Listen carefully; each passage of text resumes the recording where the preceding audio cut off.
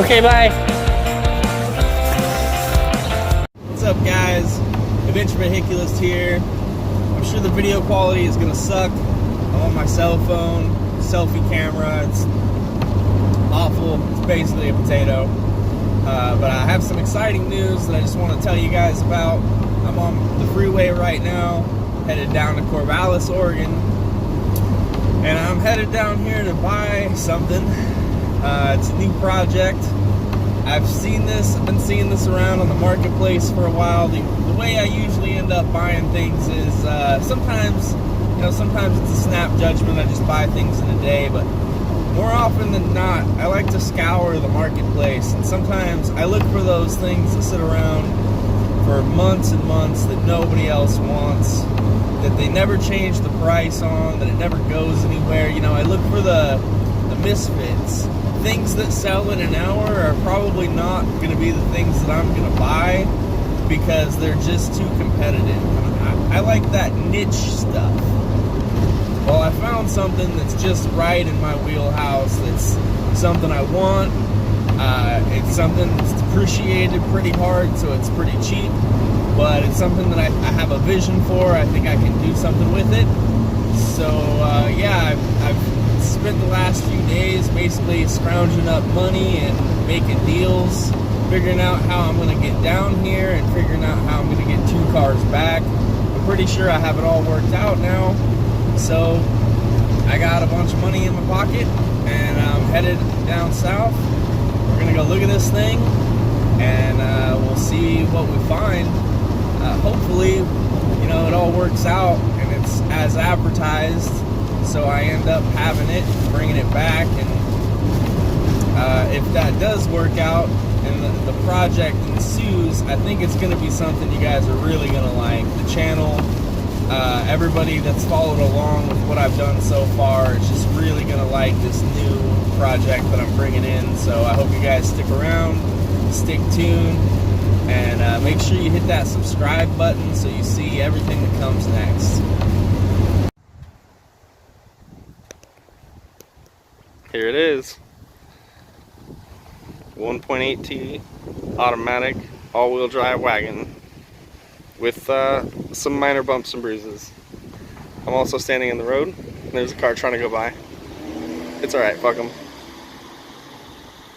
They'll live. What should I do with this thing?